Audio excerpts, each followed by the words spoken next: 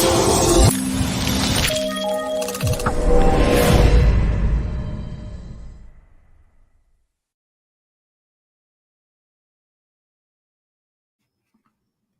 folks. Welcome to Ace Podcast Nation, home of the big debate, episode number 4 with Si and the Pie. How are you, my man? All good, mate. All good. So, I'm looking forward to you taking the reins and doing a bit of the hostess with the mostess. I literally just threw that on you like 2 minutes ago as well, which I like. I love the fact that you just embrace I'm that. better like that, mate. Don't let me prepare for it. I'll get all worked up and anxious. Throw me in there. Yeah. Well, look, I'm just trying new things with it all at the moment, and I figured, why not? Let's try and let's mix it up a little bit. What's the worst that can happen? Doesn't work. Yeah. Doesn't work. Don't work. Thank you to those who are joining us. Oh. Indeed.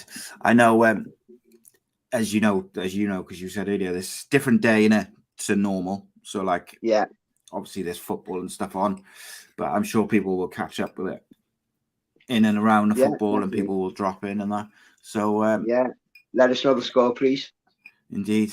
Well, mate, one day we'll discuss you supporting Liverpool anyway. Let's not go there for right now. But look, I'm emotional enough about Liverpool this season, mate. We don't need nothing else. Come on.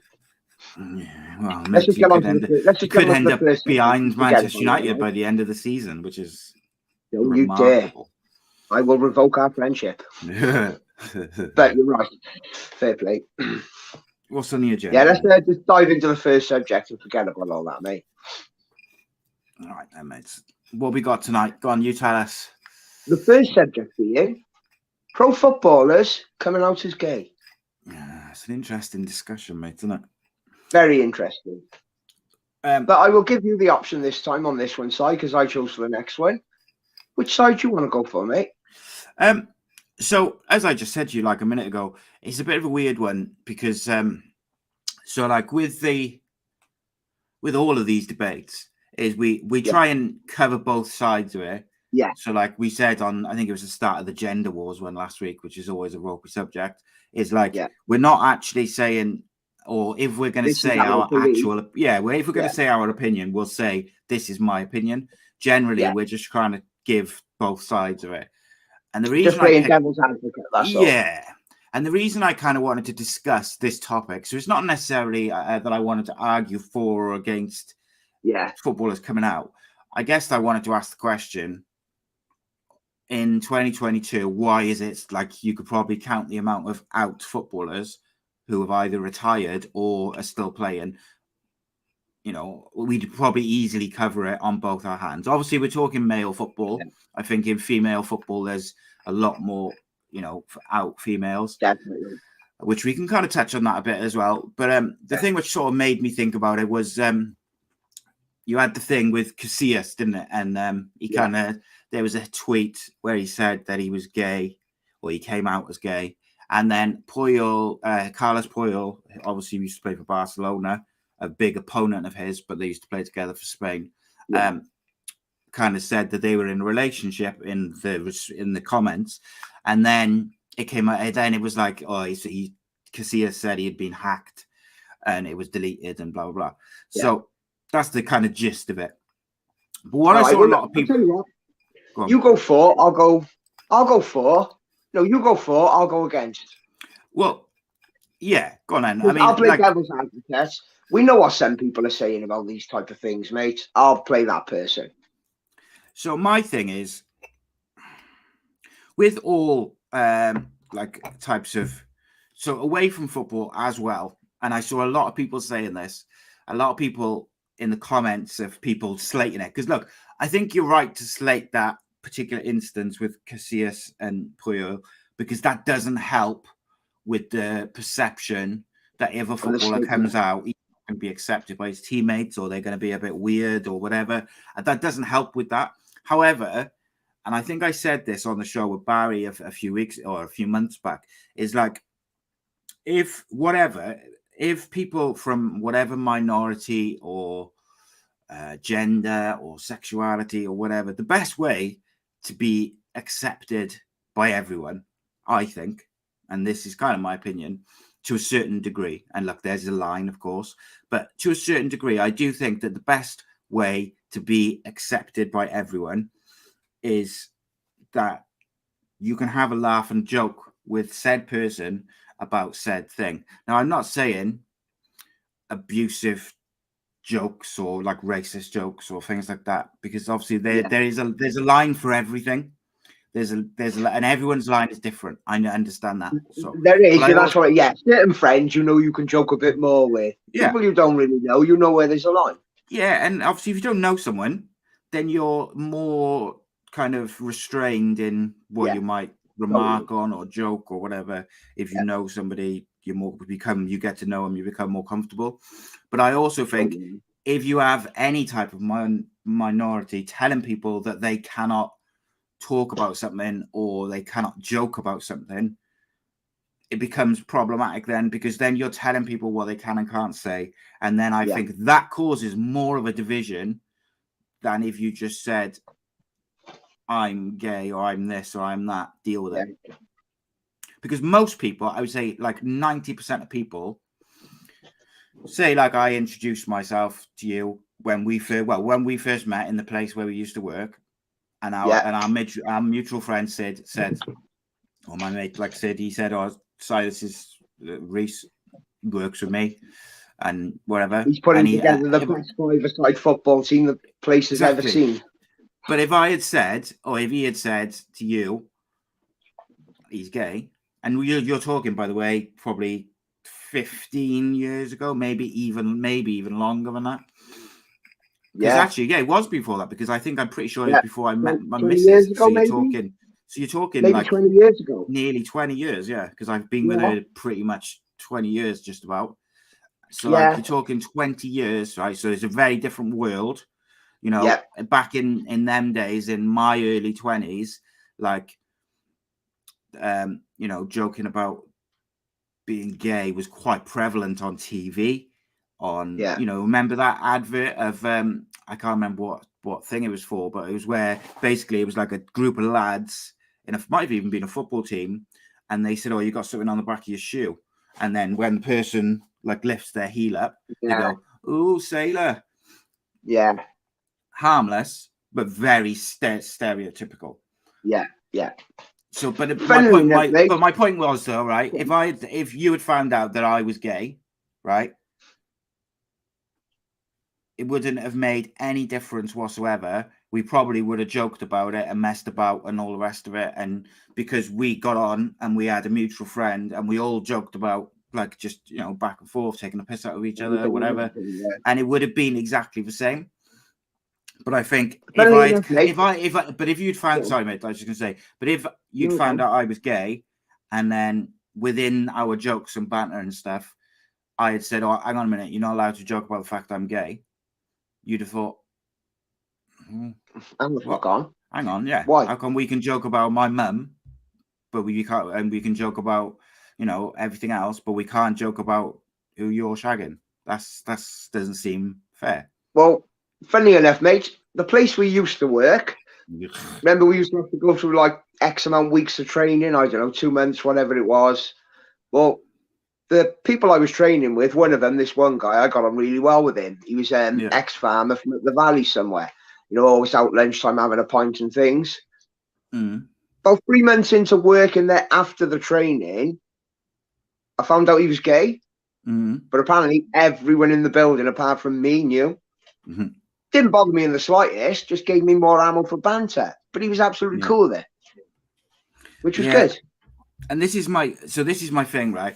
Is if by telling someone that they can't joke about things or that they can't like have a laugh about things, it makes it awkward. It makes it more fucking like really. It just makes it awkward. It makes it an awkward situation, and it makes people standoffish. So like you're more likely to feel isolated if you tell someone, oh yeah, you can't joke about that, because they're then worried about what they're going to say. Now there's a line. So there's obviously words which were widely used when we were younger, which you cannot use now. Yeah. Like, I don't know if you know Welsh rapper Traumatic, Mr. Traumatic. Yeah. He's a drum and bass MC. He's very big. Literally 2 days ago, he put a tweet out saying he's deleted it now, and he's deleted all his social media. So his career is like hanging in the balance now. Something he's worked like 25 years for. I've seen it out there. So like he basically said, all these people who were too afraid to comment on like LGBT or I think he said like homosexuals or whatever. And then he said, but years ago you were all joking about it, and you didn't, like, particularly like in that sort of hip hop scene and drum and bass scene and the MCs, you know, they would use those kind of words and slurs and stuff like that. Some of them still do. But in a derogatory way. Yeah. And basically what he said is, you were kind of all scared of it, or blah, blah, blah. And then he ended it by saying, using the F slur, which you can't say anymore, which was so common like back in the day. And I'm not saying that it's right or wrong. I'm just saying it was common.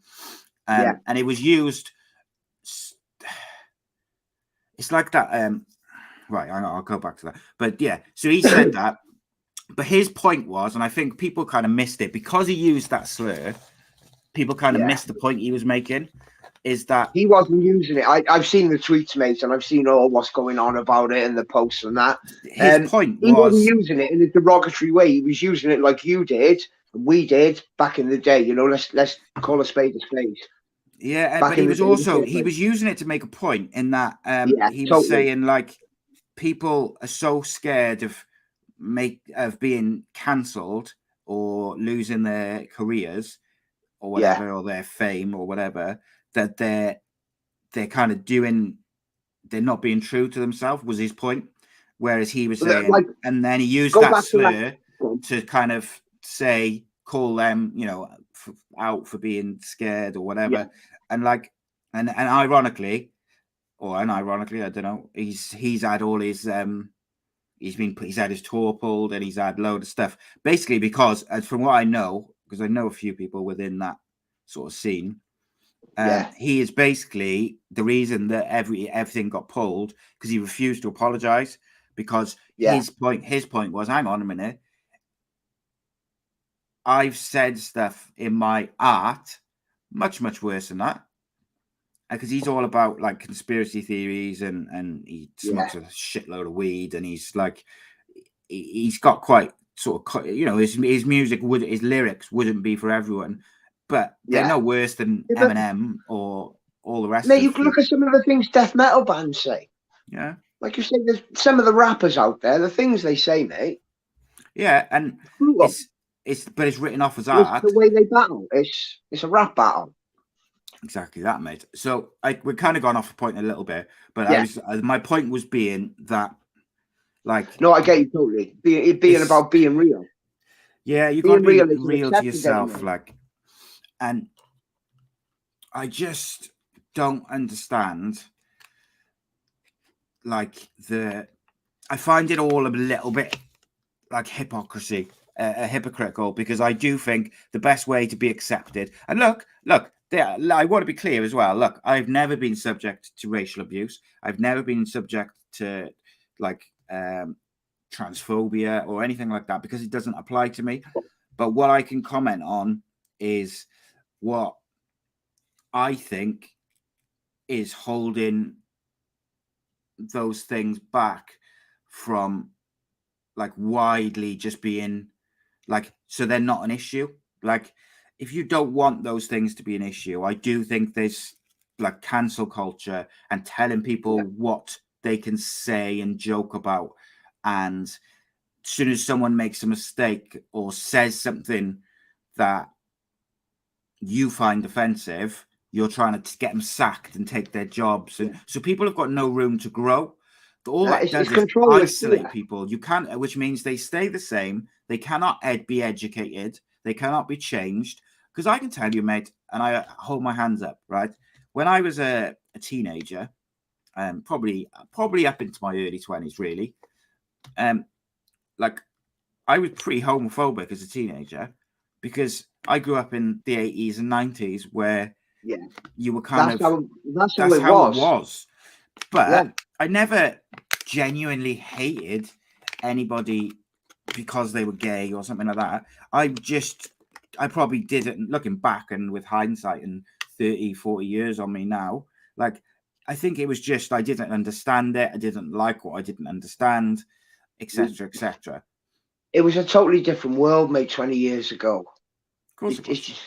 It's hard to explain, isn't it? You know, for anyone who was there, they know.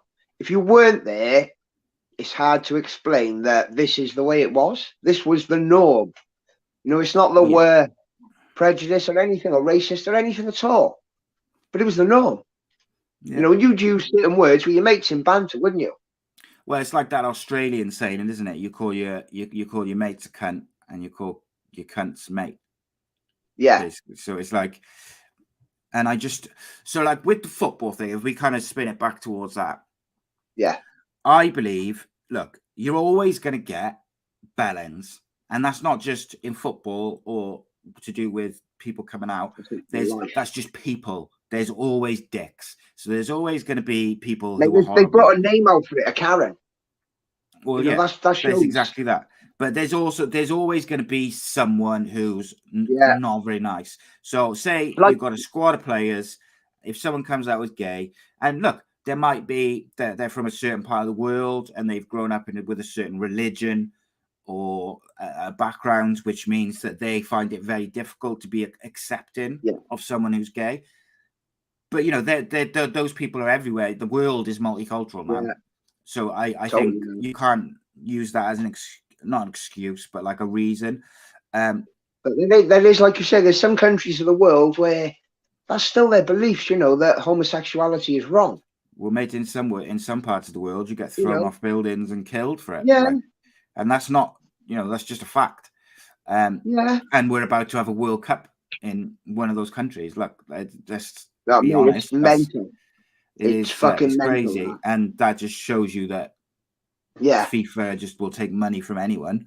But I think my point being initially was like with the Casillas and Apoyo thing specifically, I think it was an ill judge. I don't think he was hacked. I think he was messing about with his mate, and they probably had a few drinks or whatever, and it went a bit far, and they put it out in public or whatever it may be.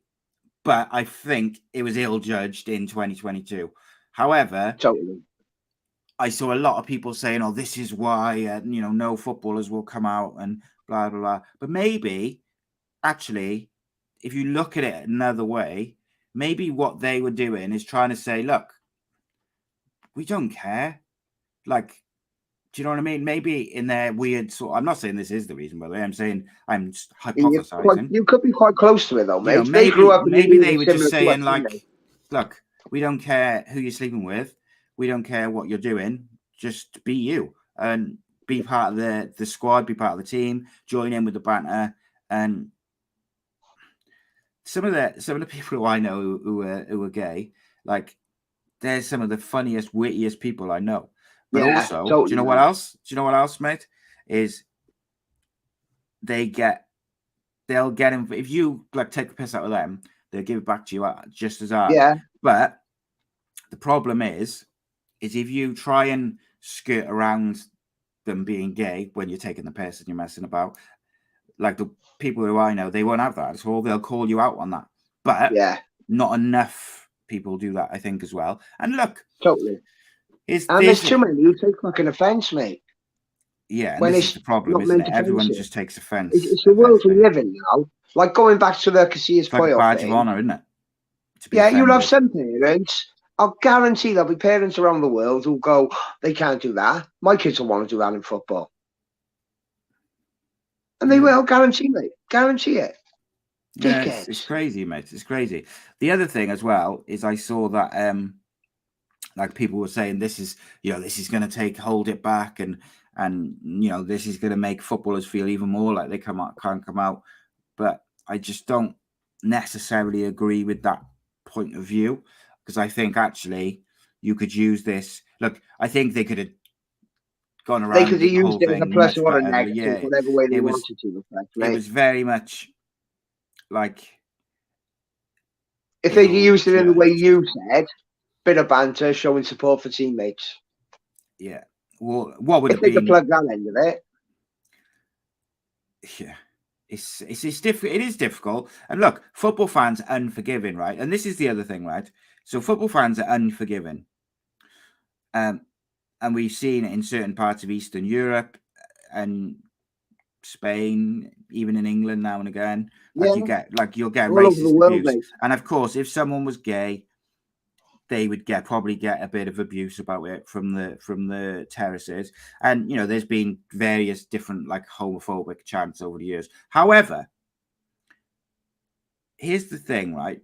And this is something which I tell to my boys all the time: is when the referee, when he has a terrible referee, or the parents or the coaches are like giving him abuse, or the players are kicking him, they're doing that to put you off. If you give into it, what you're doing is you're letting them win. If you go and beat them, 6-0, 7-0, that's what they're trying to put you off your game.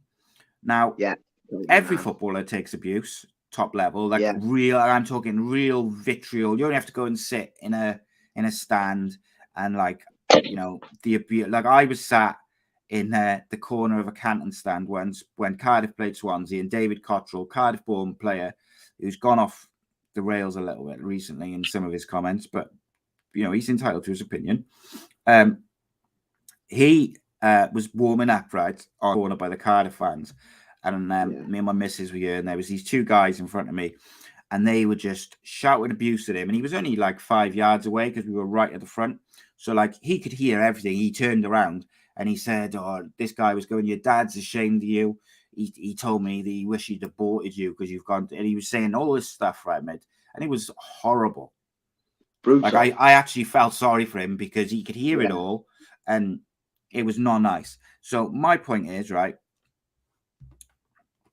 why is it okay to say that stuff to David Cottrell or any footballer who gets similar abuse, but it's not okay? It's okay to take the piss out of David Beckham because he's shagging Posh Spice and asking him if she takes it up the arse or whatever other shit they used to say to him. That's all right. But you can't say to a footballer, if they were out and gay, about who they're shagging. Yeah, mate, totally. This like where do you draw the line? If you don't use, and I'm on about, if you don't use the F word, you don't use any kind of racial slurs, then you got. I think you have to sort of say that comes with the territory. Not comes with the territory as in you're allowing homophobic abuse, but it comes with the territory of being a professional footballer. And we don't want to be sat inside the stadium. You don't want people who hate you. Well, mate, how shit was football when there was no crowds? And mate, but if you take out all the chanting, of course there's a line, mate, and that's what I'm saying. There is a line, but why is it okay to say, ask David Beckham if Posh Spice takes up the arse, or all the different stuff they used to say, or tell David Cottrell that his dad wishes he aborted him, or all the different stuff that footballers generally hear from the stands. And football fans are fucking brutal, mate. Some of them, of course they are. And they don't sometimes it's a bit rough, and sometimes the back and forth is quite entertaining. But obviously, the other thing as well is football fans are notoriously soft in that they will give all sorts of abuse like that, and then when a footballer says something back or scores a goal and goes up to them and cups his ears, they lose their shit, and it's like they've been like, oh my god, I can't believe he would do such a thing. And it's like, hang on, you've just spent 89 minutes telling him what a piece of shit he is and his family is, and I don't know. So I think there is that sort of side to it. I think you have to it kind of goes back to my original thing about almost telling people what they can and can't do, and isolating these minorities makes them more isolated instead of just having them in, like having everybody like the same. Everyone's the same. You can all take a piss out of each other. You can all be chanting about each other. There is a line. You cannot use slurs. You cannot use racial slurs. There's a line. Everyone knows just about where the line is. Of course, everyone's got their own line. I get that. But generally, we all kind of know which words are too far. Yeah? Generally, Yeah, I'm totally talking. not. There's a few idiots around who maybe they would try and argue they don't, or they don't legitimately. But generally, I think we all know that there's a line, and we all know whereabouts generally that line is. So I do ask the question whether that side of football is holding things back in terms of footballers coming out. And I also, can I just add, before I actually let you get a word in edgeways, why do we care? And I don't mean, look, I understand that we me and you both know that there's, and everyone who's watching, we all know there's numerous gay footballers around the world. Yeah. Right? We know that it's just statistically it is a fact. It's gotta be. But just like I don't care who David Beckham or whoever was banging in their day, why do I care if people are gay? Well, the only thing I can say is there's the only difference, I guess, is that if there were more out footballers, it would mean that maybe some younger footballers, younger people who are gay, who maybe don't feel that they can play football after a certain age because they feel that they'll become a target and stuff like that. So, of course, that side of things I get, that's better. And of course, but when it comes down to it, who someone is sleeping with or in a relationship with, as one, is no one else's business outside of that person. And two, most people don't give a shit. Rob Boyle, I'll come to your comment now in a minute because I want to discuss that. But Reese, talk, mate, because I just talked for like 10 minutes straight, I think. Yeah, everything you said is spot on. But the thing is, like you say, young people coming up now, they're going to be a target, mate. No matter what they are in life, it's football. They're going to be a target, aren't they? And, and something like that just paints a big target on their back, unfortunately. And that's the truth of it. But like you say, if more players came out and showed, they can put up with it, they can deal with it, more young players would come out, mate. And if people can be themselves, that's the happiest and best version of them. Otherwise, you ain't getting that version. Yeah, I agree with that. There's a side to it, like where you should be able to just be yourself.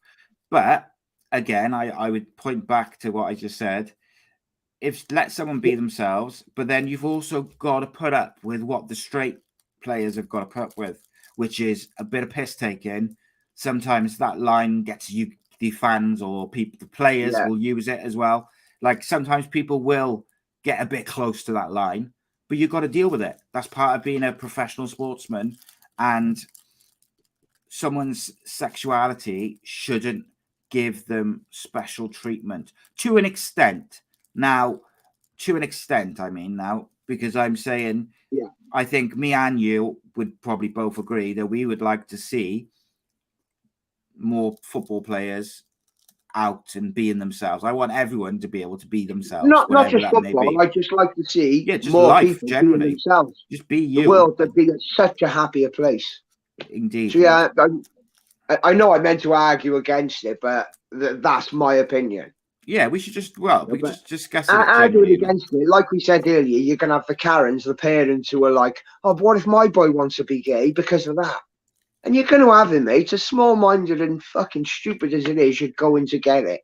Do you know what makes me laugh, though, mate, right? Is they'll say, oh, I don't want him to be influenced by pop culture, or I don't want him to be, let kids be kids. I don't want him to be gay or trans or all the rest of it. And then they send them to a Catholic church with a 70-year-old child abuser every Sunday for Sunday school or some shit. And it's like fuck off. My kids are still young, but they know men love men and women love women, and they're not bothered with it in the slightest, mate. It's just goes over their heads. It's just the same as a man loving a woman. It's adults which are the problem. Like kids just don't care. And if that attitude of just let people be who they are, as long as you're not nobody was born with a bad attitude, mate. Yeah. That's my philosophy. No one is born with a bad attitude. So one thing I wanted to touch on because we're trying to sort of cover all angles as quick as possible and kind of bring up some of the reasons why people. So I know, like, there is a subset of people, and there's a lot of people who get annoyed by the kind of LGBT thing constantly being always everywhere, because they feel like it's like always just something, or there's always on. And look, it's got to be always on to a certain extent, because they want to be treated the same as everyone else. But as I said a few times, if you want to be treated somewhere the same as everyone else, you've got to put up with the same things that everybody else puts up with. That's totally.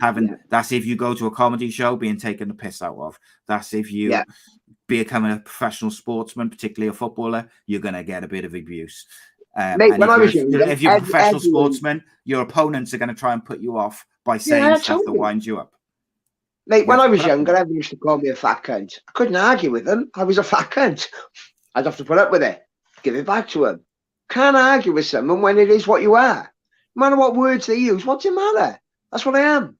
Yeah, and I do think one thing that's been lost the world generally, I think, in terms of how people are treated, is a better place. You know, we've moved away from slavery and things like that. We've moved away from gay bashing and racial bashing and things like that, which was prevalent in the 70s, 80s, and before. So, of course, on that side of things, everything is getting better. But totally. But has it gone a bit too far? I get what you mean. I don't mean this in a bad way, but it's being rammed down our throats. You know, we all know about it. But I think there's also this thing. It's like one of the things that I was taught from a young age was that sticks and stones will break your bones, but words will never hurt you. Yeah. And like that's a massive thing. Like words are only as powerful as you let them be over you. Yeah. Like if you don't give someone's words power, they cannot can't hurt you. So like I'm one of them people. I'm the only people who can hurt me with words are the people I love. Not people I don't know. It's just fucking words, man. But the people you love, it can hurt me. I'm not gonna lie. Yeah, but then equally, I think we're bringing up a generation, mate, of people that like offended by everything, and it's just like, fuck's sake, like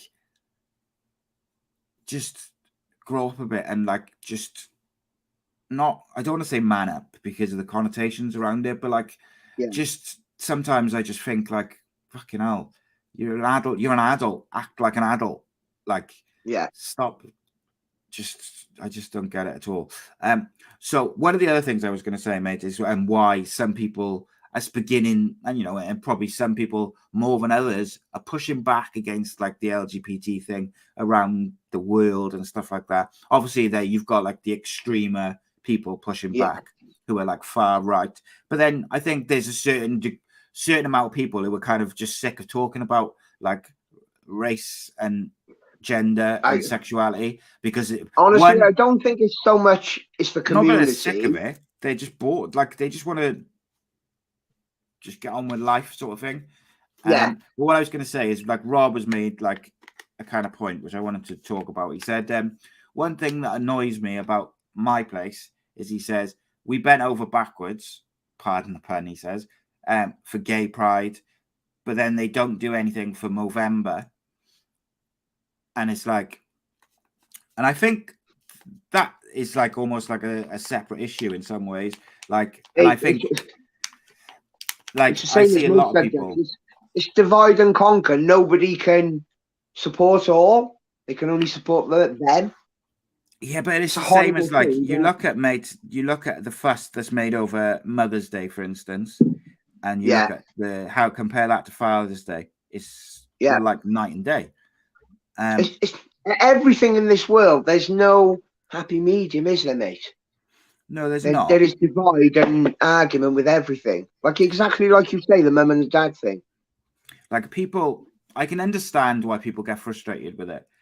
And I see a lot of people, whenever I see someone like on Twitter or something say, well, you know, I have seen a lot more women. I've noticed a few accounts popping up on Facebook and Instagram and stuff of women like really pushing back and sticking up for men and sticking up for like just kind of saying like not all men are like predators and not all men are bastards and cheaters and want to have, multiple girlfriends or whatever. Like, not all men are like that. And I've seen a few more and more of them, which is, I find that encouraging for the world. It's a good that thing. There's people still, like, some sane people out there who are kind of like, hang on a minute. Well, actually, I think we're going a bit too far that way. But yeah, like you say, though, it's a different world to what we grew up in, mate. And it is a more dangerous world now. A much more dangerous world. Here's a question for you. Where do you stand on... So there's been a few instances within cricket of this and football where players who, were kids or whatever, like literal kids, 16, 17, have tweeted out stuff which was like really, like, using slurs or whatever it may be, homophobic slurs. And then obviously they've become professionals, and then someone has trawled through their tweets, reported them to the FA or the cricket board, and then they've gone back in some cases, like 12 years, and given them retroactive bans, fines, etc. Where do you stand on that? Because to me, I think there's two issues with it. Okay, one issue is when they signed for that football club, or when they turned 18, whatever, their manager, their agent, their club, their parents, whoever, should have trawled back through their tweets, made sure, and just deleted everything which was remotely offensive. However, and then the other side of it is, I've said numerous times on here, like, if social media was around when I was like 16, 17, I'm not sure I would have been employable, mate, if there was camera phones and social media. I agree, because I would have tweeted out every opinion I had, and I had some horrible opinions when I was a teenager because I was uneducated. I didn't know how I didn't know who I was. There was so many it would have been problematic, mate. And I've grown up, mate. Part of growing up is realizing, Jesus, like, what the hell was I thinking, doing, etc. Learning by your mistakes. You can only learn by your mistakes if forgiveness is there for you to attain. Because if you don't get forgiveness, and you're not able to learn and rebuild, and if you can't learn and rebuild, you carry on with that mindset. And if you think, say you've got a 16-year-old who's homophobic, right? Just because he's 16, he doesn't know any better. If he's not forgiven and educated and kind of taught properly, this is why it's wrong, introduced to some people or some literature about, the people who've suffered abuse or whatever, like, he'll carry on into his adult life thinking those things, but it'll get more extreme, more violent, more aggressive.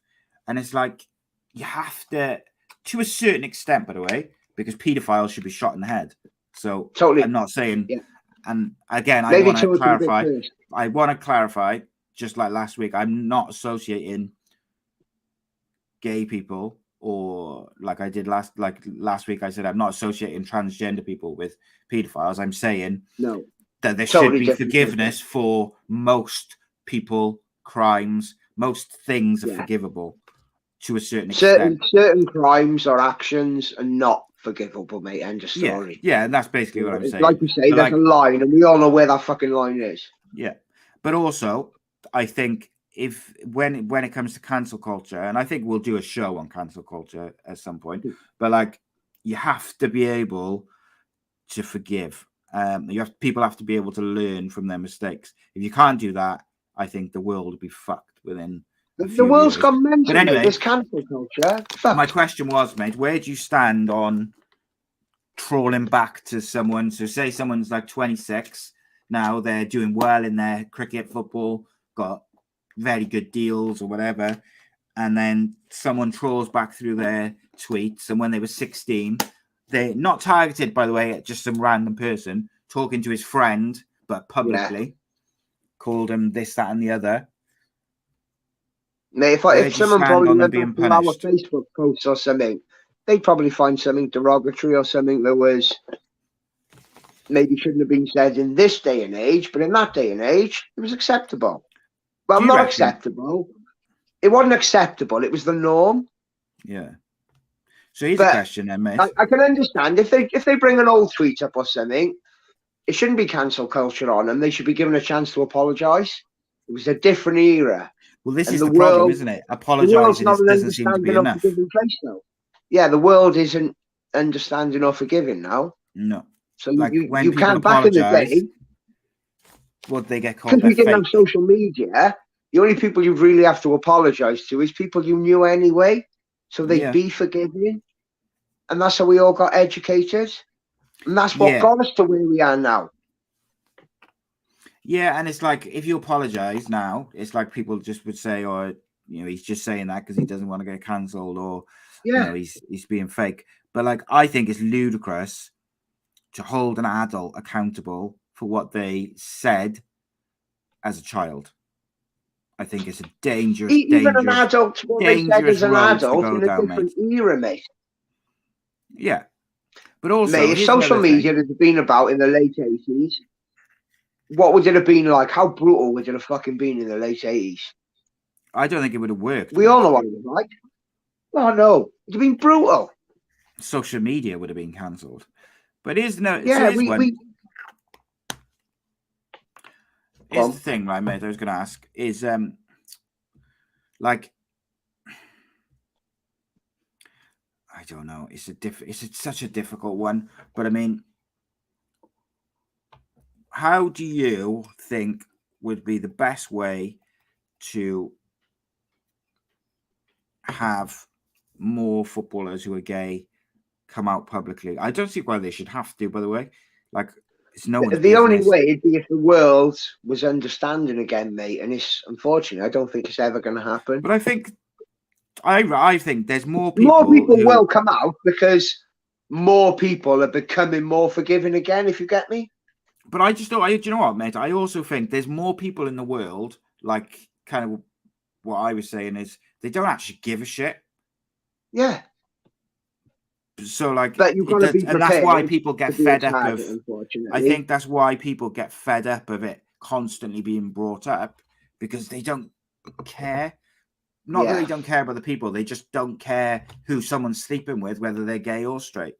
But I also think for the benefit of young kids, sports athletes, footballers who are gay, I think it would be helpful to them if there was more players who were open about being gay. However, I also don't think that I don't think, for instance, the PFA or the Premier League or the FA or FIFA or any of these absolute thundercunts should be telling anybody what they should do with their life because they can't even get their own shit together, let alone try and manage. Can you imagine the mess FIFA would make? Say Messi went to FIFA and said, look, I'm going to come out as gay. Could you help me do it publicly? We'll hold a press conference. Could you imagine the mess they'd make of it? It would get leaked beforehand and it would be fucking embarrassing. Mate, the world would turn on Messi, horrific, unfortunately. Well, did you see? I saw in the comments. Did you see the comments on Casillas' original post? There was comments from people saying, just like stuff like, anything from like, I always knew you were a like scumbag or something like that, and or saying like, you should never be allowed to coach children. And it's like, Jesus Christ, what is wrong with people? But it's because it's messed up, mate. But a lot of those comments were coming from very say Nigeria or Ghana, like very fundamental religious countries, or like the Middle East or Eastern Europe. So like very religious countries. So like, like Africa is quite very Christian, isn't it? And like, but also there's a lot of Islam there as well. So it makes it difficult because people have been brought up to believe that it's evil and it's this and it's that. So of course it's difficult. But ultimately, like, and as I said earlier, I've never been racially abused or homophobically abused or been transphobically abused. So I haven't got that insight into it, but like what I have got kind of an insight into is like by putting people in boxes, you automatically isolate them from each other. Yeah, totally. So how about we stop putting people in boxes and telling them they've got to be this, or they've got to be that, or they've got to have pronouns, or they've got to be like fucking just live your life, be a good person, treat people well, they'll treat you well back. Woo! That's it. Yeah, but that's all you need to do. You hit the nail on the head, mate. You know, you said you haven't been racially abused. I'll guarantee you have. Yeah, I got friends from all over the world, all different cultures, creeds, gay, straight, all things like that. Back in the day, or even now, things we say to each other. No, back in the day, things we say to each other would be called banter and it'd be having a laugh. Now it'd be racially abusing. Yeah, I'm sure. So I bet you someone. I'm pretty sure actually someone. I guarantee you have, mate. Someone called me a slur for a white person one day. I've been called every one of them going by my mates. But you know, like, back in the 90s, where particularly when like Ali G was around and stuff like that, you would have kids of all races and colors walking around going like, "What's up, my N-word?" And it wasn't like you were trying to like. No, it was just. It wasn't people, you know, racially abusing people. It was a term of endearment, and obviously, like, look, times have changed, and I think, like, with that, the black community took that word back because obviously that word was very much used with an ER on the end as a term around slavery and stuff like that, and ownership, and a hard R on the end was like a disrespectful thing, and they've kind of taken that word back. And I think like I sometimes when I see like middle-aged white blokes going, well, if you can say it in a rap song or you can say it, why can't I say it? And it's like, because you can't. So accept it, get a grip, move on. It's not gonna ruin your day that you can't say one word which you shouldn't. That's where that line is now. That's where their line is, isn't it? Like you say, it changes with who you're talking to. Why do you need to say that word, though, innit? Like, like, why does it bother you that you can't say that word? Is another thing. So it's a weird thing. What's the answer, mate? How do we integrate or make footballers feel comfortable enough to the world needs to be like us, mate, and just not give a shit. But it's not give a shit, like not give a shit in a. Like, not caring about them like that, but I mean, I don't care what you do with your life. Be happy. As long as you're happy, everyone else can be happy. Yay. If everyone was themselves, mate, and everyone was like kind and just tried to be a good person, stop encouraging people to put himself in a box. I think that is a big thing because I think that isolates people more from all. And the other thing is, too many absolute twat bags out there have too much support. If your mate is being an absolute cunt or doing something really bad, fucking pull them on it. Yeah. They shouldn't really be your mate. Self-police your friends, self-police people you know. But also, like I said, mate, putting people in boxes of race, gender, whatever it may be, sexuality, that makes it, I really believe that makes it more difficult. And I think that actually causes more isolation than it does integration. And you know what? Totally. Just to kind of take one little swerve on it, that's what the powers that be who run the world want. That's why they encourage it and conquer. Because while you're arguing with each other, you're not arguing with them and rising. That's why when you said about the LGBT community, it's the way it is pushed in our face, not from them. Yeah. In the media, press, in the world. Yeah. But it's because they want you focused on that and not other stuff. Right, to finish off, we're going to talk. I bet if I took my kids to a gay pride rally, I bet they'd love it, mate. I bet they would. I guarantee they'd love it. People just jumping around, singing, dancing, having a walk, a laugh. And as you're walking along, you hear people saying things from the side of the roads and that. And then you'd have to explain it to your kids why then people are being so nasty. They're having so much fun, and they'd be like, well, why are they being nasty? Shouldn't even have to explain that to them. Oh, mate. That's the way I look at it. Like I'm open, honest, and liberal with my kids, and that's what's our light-hearted subject, mate, for this evening? What's better, MMA or boxing? Interesting. So this is difficult because me and you both prefer MMA, but I'm going to go sort of argue a bit for the boxing. So I'll let you go first, mate, because it's going to take me a bit longer to get around this because I've got to think about it a bit. Right. Well, personal opinion, you know I love MMA compared to boxing for many different reasons, but there's probably more boxers out there still than people who do MMA now.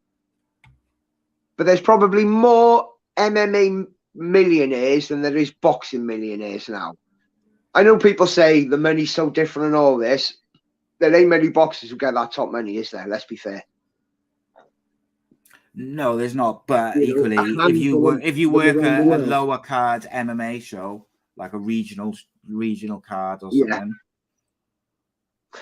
Same with boxing, though. I don't think there's much in it. In boxing, I found out recently with boxing that if you at a certain level, like if you don't sell your tickets, you don't get on the show, which means you don't get paid, which is outrageous that you've got to, as a fighter, instead of working on training and the rest of it, you've got to sell the tickets on your social media to allow to be on the show. I think it's ludicrous, but it's totally. the way it is, for every champion out there, there's a million people trying to be that champion. Yeah, of course. And unfortunately, there's too many people around the world who just want to make money off it. But this is my main reason now why MMA is better than boxing. Right? If you ask the average sports fan who's not a fan of either, just like sport, I bet they could name more MMA current champions than they could boxing champions. And to top it right off, look at the bollocks that's going on with the heavyweight division at the moment, and all this crap. You've got the lightweight fight coming up in MMA with Charles Oliveira and Islam Makhachev. Alexander Volkanovski has flown out there to be a standby fighter, and he's a weight below him, mate. Yeah. To get a legacy. Boxers ain't doing that. They ain't even facing people they're supposed to.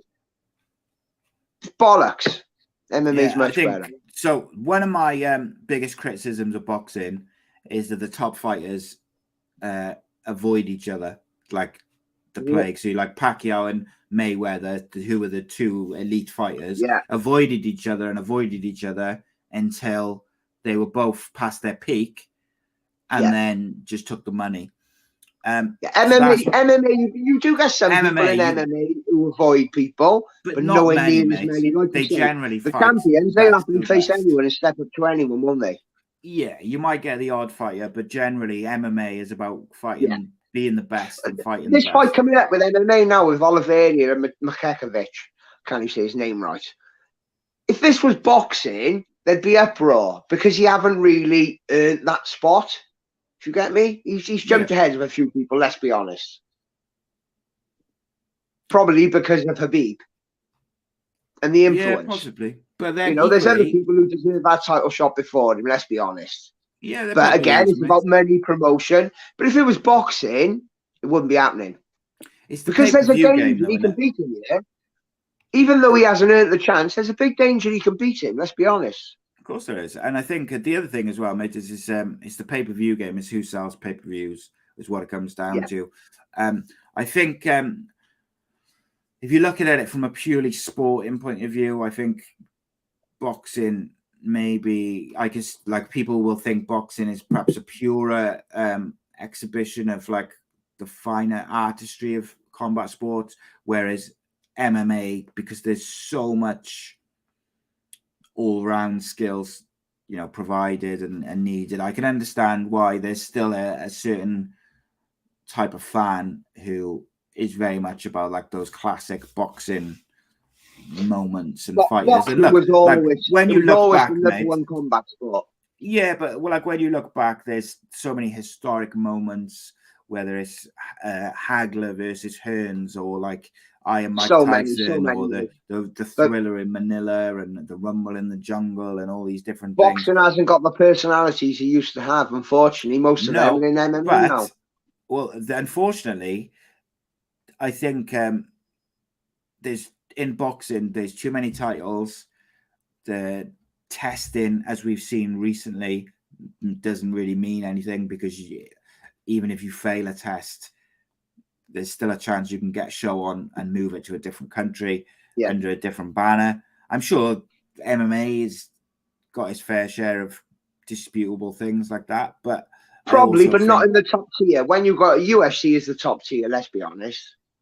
I don't know. They've had a few instances, though, haven't they, where they've... yeah, but people have been caught and they've been stripped of titles or banned. There's been no less moving to another country. No, they haven't moved to another country, but they have made excuses or got around. But again, back at like when it first started, it was all allowed and acceptable, mate. Yeah, and I think, look, UFC, I think particularly, or MMA, but UFC specifically, has come on a long way from those early days where there was no weight limits, and you just that was mad. There was like 3 rules. I think UFC one. I think there was only 3 rules, mate. Yeah, no eye gouging, no eye gouging. Punching. No, you're allowed to punch in the groins, actually. Yeah, you're allowed to punch in the groin. It was no eye gouging, no biting, and no fish hooking. They were the only 3 rules. There's a guy, an Asian guy. What was his name? I'll find out now. Me and Danny reviewed the older ones in COVID when there was no UFC on, and Joe Song, his name was. He's in prison for murder now. He fought on his cards. He's actually been in a couple of films. But basically, he's in a fight, and this guy got him in like a guillotine or like a head choke, like a headlock. And he's just like smashing this guy in the balls like over and over and over again. I've seen the fight, mate. I'm sure he got white pants on. I'm the one who's getting smashed in the balls. I think so. But it was just brutal. It was brutal. Back then, it wasn't a sport, mate. It was just people. It was fighting. but it was sold as like the ultimate fighting. Like, it's supposed to be the best of the all combat sports sort of thing. But obviously they brought in weight divisions and things like that. For me, I do enjoy boxing. I just think it's not what it was, the depth and stuff. And I understand why people have kind of turned away from it. And look, but it's like I also think a big part of people turning away from it, mate, is Conor McGregor's rise to fame. I know he's had some things happen over the last few years, but his rise. Like, you can go on YouTube and watch like some little films and documentaries like about his rise from Cage Warriors to being a 2-weight champion. And mate, that was one of the most exciting periods of watching an individual fighter. It was so unbelievable. It was just, with every fight, this momentum growing, the hype growing. It was such a he's the perfect entertainer. He was the perfect entertainer, but he's crossed the line now a few times. Yeah. So Joe Son was in Austin Powers. He played Random Task, who was the parody of Odd Job. Yeah.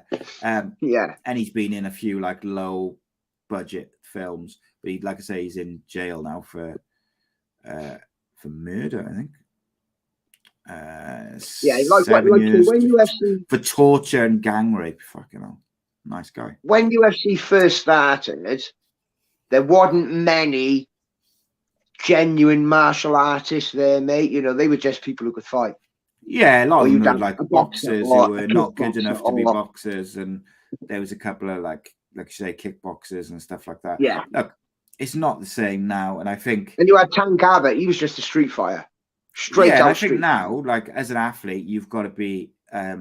Like you put Tank Abbott in there now with the top 10. Back then, Tank Abbott was one of the best fighters around. You put him in now with any top 10, they'd fucking destroy him. They would.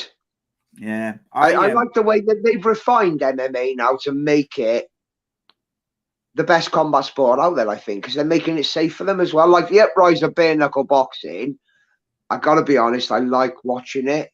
Yeah, I do. We all, it's the brutality of it, I think. But I'm totally against it on the other side. I don't know, mate, right? I got a friend, James Lilly. People are getting serious damage to it, man. I got a friend, James Lilly, right? So he was a boxer. Yeah. And then he did some MMA, and then he's gone into bare knuckle boxing now, and he's doing really well. He just his last fight now, he fractured his hand on the guy's face, but like he knocked the guy out in America. Like I'm not sure where he's ranked now, but like it's a rising sport. Looking at titles, and it is. You say like it's not safe for people are doing damage. They're not really getting any more damage than normal boxing, or maybe boxing, but I don't think they're getting any more damage than MMA, where you're getting kicked in the knee and the head, simply because, like, yes, it's bare knuckle boxing, but it's not like bare knuckle boxing like what people might be thinking of, back in like the Governor Lenny McLean in like a bloody barn, and like just people surrounded taking cash bets, like in something. Well, some places it still is, mate. Yeah, but the actual proper bare knuckle boxing or BKFC, like it's a proper ring. It's you got a lot of the referee. There's a lot of crossover in BKFC, and there's a lot of big names from the UFC and Paige Van Zandt, and there's a few others because they can earn bigger money. Like James Lilly is on a 2 or 3 fight win streak. He just fought on the MVP versus Mike Perry card for BKFC in America. Like he's doing really, really well, and like I'm so happy for him because he's a top lad. He's also a poet, a published poet, which is a bit mad. He's but like I know, like when I had Gary Lockett, who's a former world champion, and obviously trains the biggest Welsh boxers in Wales. I've had him in a couple of times in the studio, and like I asked him about bare knuckle boxing, he wouldn't even discuss it. He just said next question. No, he wouldn't discuss it. So I take from that he probably doesn't like it. Yeah, but is that because he's so into the boxing though? Because they are two totally different sports, even though he trains. But he also trains MMA fighters as well. Like he does their boxing with them and stuff. So I don't know. I don't know what the reason was, and he didn't tell me afterwards. So, but I take from that he's not a massive fan of it. But I think it's much more. I get you with the MMA and the kicks, knees, elbows. When you go into a bare knuckle fight, 90% of the punches coming towards you are coming towards your face with the bare knuckle. In MMA, it's not 90% of the hits are coming at you with them bare things. You have a little bit more protection with your gloves. It's just, I think it's a bit too brutal, mate. Even though I think at the top level, like the BKFC and BKB, I think there's an argument to be made that there's not too much difference in terms of damage. Too much. However, right now we haven't really been on the scene long enough to assess long-term damage in that. Well, mate, I think fighting generally, any sport will give you injuries. A combat sport, you're probably going to get more long-term injuries than playing badminton. Let's be honest. Yeah, of course you are, and ultimately, playing rugby, American football, they all get the bad backs, the legs, the neck, everything when they're older. CTE and that, isn't it? CTE, everything. Every sport, same as jobs, manual jobs. Everything comes with a price. And, if that's what you want to do in life, just be willing to pay that price. Yeah, 100%, mate. And obviously, we didn't know what we do now about CTE, but unfortunately, there's certain things you can't deal with and whatever. So, well done for not being too Tory-like this week. So that was you managed to escape pretty well, but we had more of a general discussion today. But I think that's right. It's still a debate, isn't it?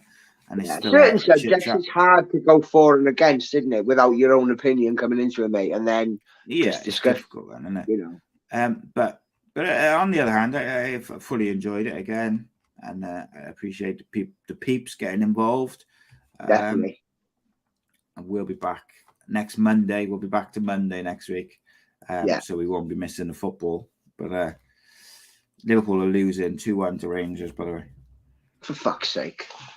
No, I think they're winning 2-1, mate, to be honest. Oh, that's all right then. I just don't care. Tottenham are winning 3-1. Liverpool are winning 2-1. Go on then, that'll do me. Who scored to say? Bobby Firmino scored both.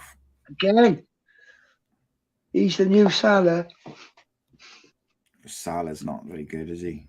Shocking. So he's got to be. I think he's changing the team though, mate. But yeah, well, that's for another day, another talk. Indeed, my friend. We'll be back next week. Join us for Rhodri Giggs on football tomorrow night.